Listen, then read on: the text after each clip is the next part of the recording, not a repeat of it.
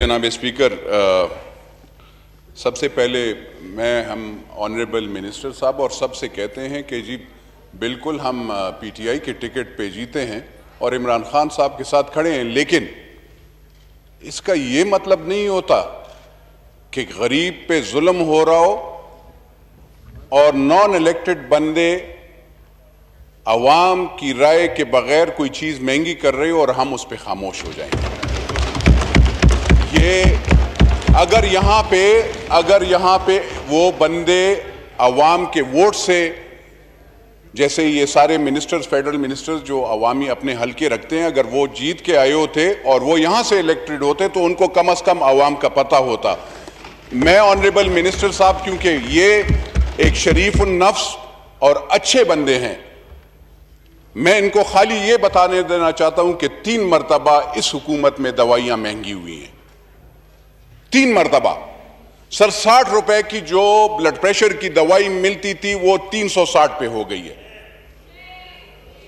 खाली ये मैम, ये पॉलिटिक्स का वो नहीं है। हम अल्लाह के नामों के नीचे खड़े हैं। हम जब यहां पे आते हैं तो हम पाकिस्तान का हल्फ करते हैं, हमें पार्टियां बाद में रखती हैं, हम पाकिस्तान को पहले रखते हैं और पाकिस्तान की अवाम को पहले रखते हैं। बदकिस्मती से यहां पे पॉलिटिक्स होती है। सर, दवाइयों का मुझे ये बताएं सर, बिल्कुल कौन सी कैंसर की दवाइयां इन्होंने महंगी की है? पैरास्टामोल क्या वो उसकी है, कैंसर की है? क्या आपकी कैनकोर या कोई डायबिटिक की ग्लूकोफेज है कि क्या कहते हैं वो, कोई उसकी है सर, उसकी भी महंगी हो गई है। तो सर ये जरा प्लीज, अगर मैदे की दवाइयां हैं वो भी महंगी, हर चीज। सर एक गरीब बंदा, मैं फिर कहता हूं, मैंने 1 साल पहले कहा था कि महंगाई आ रही है, आज मैं फिर कहता हूं सर कि फिर महंगाई ये जो कर रहे हैं ये अच्छी बात नहीं है। सही जी। खुदारा, आप कहते हैं कि दवाइयां, सर आपने तो, आप इंडियन मार्केट को यहां पे वो कर रहे हैं। जब आपने प्राइसेस ज्यादा कर दिए तो इंडिया की 2 नंबर दवाइयां तो यहां पे आएंगी, उन मार्केटों पे आप छापे नहीं मार रहे हैं, जबकि आप पाकिस्तान में अपने पाकिस्तानी फार्मास्यूटिकल की जो दवाइयां हैं वो महंगा करके गरीब के लिए मुश्किल कर रहे हैं जी। तो उससे क्या फायदा हमें मिलता है?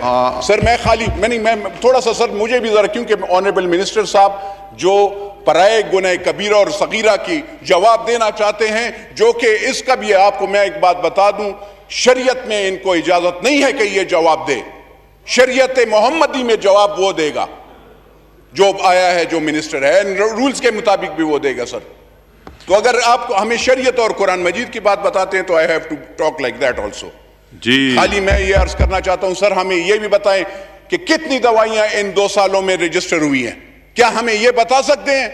वो जो भी वो नॉन इलेक्टेड आ जाते हैं, वो अपना काम करके इमरान खान के नाम पे वो करके चूना लगा कर चला जाता है, तो उस पर भी जरा सोचना चाहिए सर।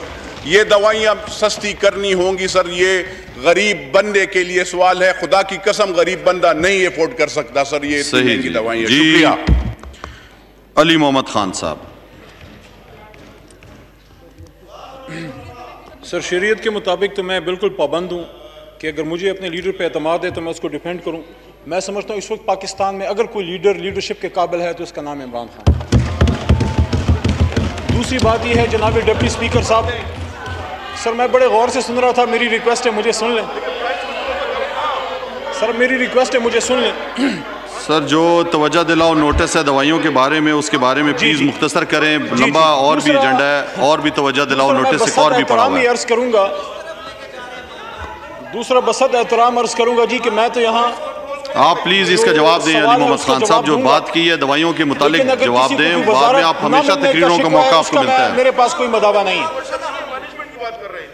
जहां ये बात हुई अनइलेक्टेड पीपल की, मैं खुद इलेक्टेड मेंबर हूं और आप सब इलेक्टेड हैं, लेकिन माजी में भी ये हुआ है कि कुछ स्पेशलिस्ट लोगों को लगाया जाता रहा। मियां साहब ने भी लगाया, जरदारी साहब ने भी लगाया।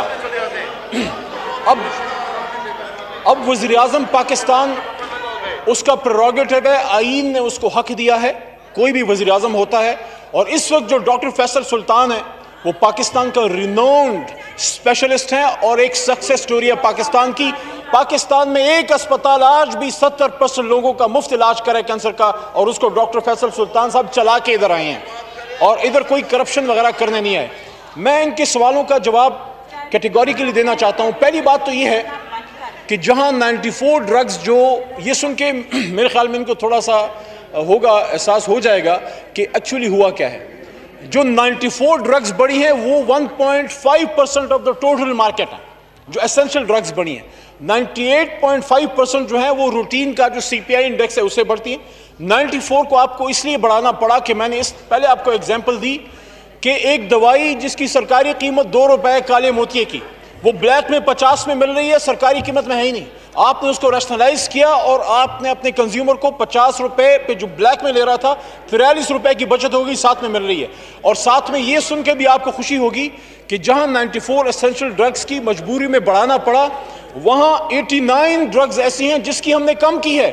और ये भी आपको मेरे ख्याल में सुन के खुशी होनी चाहिए कि जो कीमतें हमने कम की हैं जनवरी 2020 में, उसमें कैंसर की भी ड्रग्स हैं, 89 दवाइयां हैं, 89, एंटीबायोटिक भी हैं, कैंसर भी हैं, बच्चों की भी हैं, खवातीन की भी दवाइयां हैं, जो कि 45% तक उसमें हम कमी लेके आए हैं। तो जहां 94 एसेंशियल ड्रग्स बढ़ी हैं वहां 89 कम भी हुई हैं। लेकिन मैं समझता हूं कि ये वक्त ऐसा है कि इस वक्त हमने ये ज़रूर सोचना है कि ये जो कुछ दवाइयां बढ़ी हैं उसकी रीज़न क्या ये है कि यहाँ पे कोई मुनाफाखोरी कर रहा है या माजी की गलत पॉलिसियों का भी इसमें कोई अमल दखल है। अल्लाह ताला के करम से हमने फार्मास्यूटिकल कंपनियों को पहली बार नकील डाली है जुलाई 2020 में कि बढ़ाएंगे तो हमसे पूछेंगे, हमसे पूछे बगैर नहीं बढ़ा सकते। सही जी। जनाब रियाज फतियाना साहब सवाल पूछें।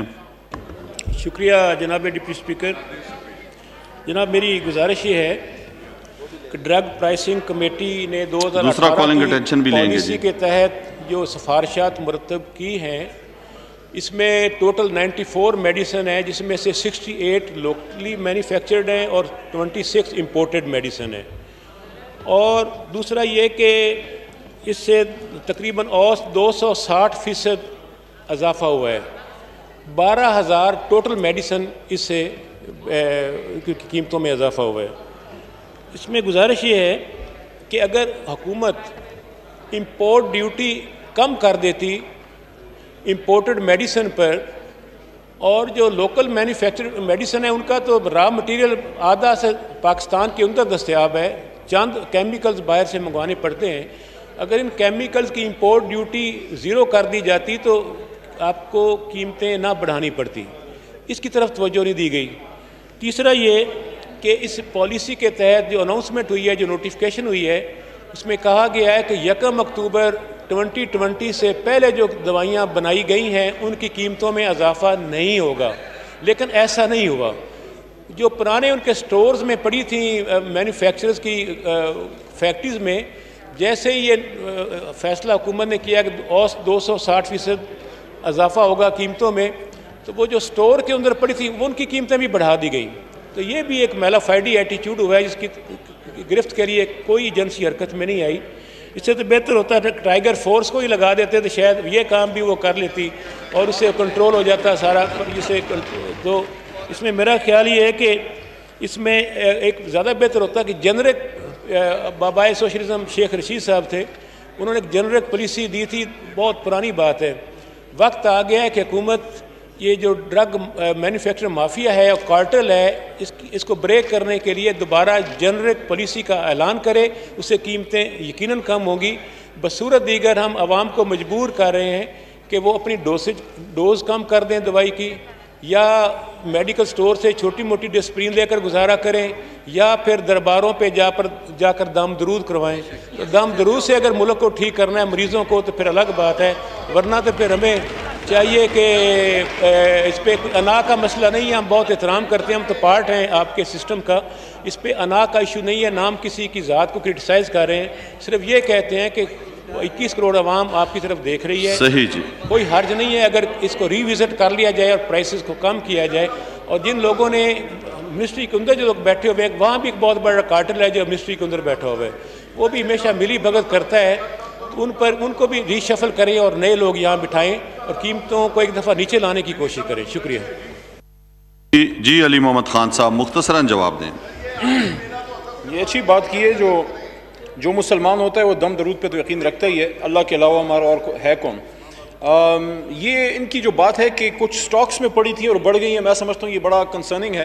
लेकिन इसमें हमारी कुछ थोड़ी सी रिजर्वेशंस हैं। वो ये है कि हेल्थ मिनिस्ट्री और ड्रैब के पास इतने ज़्यादा रिसोर्सेज नहीं हैं कि पूरे मुल्क में हम, क्योंकि हमें फिर सूबाई जो हेल्थ मिनिस्ट्रियाँ हैं और उनके जो हेल्थ ऑफिशल्स हैं और ड्रग इंस्पेक्टर्स हैं उनको भी इसमें उनसे हेल्प लेनी पड़ती है, क्योंकि हमारे पास मरकज़ में जो हमारी फेडरल मिनिस्ट्री है डिवॉल्व होने के बाद नीचे चेक करने का सूबे में उनका जो है जिम्मेदारी है। ये फार्मास्यूटिकल कंपनियों के साथ कोविड के दौरान रब्ता हुआ, उनको रिक्वेस्ट की गई कि कोरोना के दौरान आप प्राइसेस जो हैं वो ना बढ़ाएं, तो उन्होंने जो प्राइसेस फिर बढ़ाई हैं जो ड्यू थी उनको अगस्त जुलाई में, उसको फिर सितंबर के एंड में उन्होंने वन टाइम इंक्रीज इसका किया है। कुछ जो दवाइयाँ हैं उसकी कीमतें कम भी हुई हैं। ये कोई तकरीबन जनाब डिप्टी स्पीकर साहब, जिस तरह मैंने पहले सवाल में जनाब नूर आलम साहब के अर्ज़ किया कि 89 ड्रग्स हैं और इसमें स्किन इन्फेक्शंस की हैं, इसमें एंटीबायोटिक हैं, इसमें कैंसर की हैं, कोलेस्ट्रॉल की हैं सर, इसमें बच्चों की दवाइयाँ हैं और एंटी डायबिटिक इसमें हैं और एस्थमा की हैं, किडनी की हैं जी, डायलिसिस हैं, एंटीवायरल हैं। ये सारी मैं ऑफिशियली आपको हवाले कर देता हूँ, अगर आप चाहते हैं तो मेंबर साहिबान जिनका मूव किया है कॉलिंग अटेंडेंट के साथ शेयर कर सकते हैं कि जहाँ 94 बड़ी हैं तो वहाँ जो है 89 ड्रग्स की कीमतें हमने कम भी की हैं, लेकिन बहरहाल इनकी ये बात बिल्कुल सही है कि इसमें आप खुद शेयर करें इनसे, जरूरत है इंशाल्लाह। ठीक है जी। जी जनाब चौधरी शौकत अली भट्टी साहब सवाल पूछें।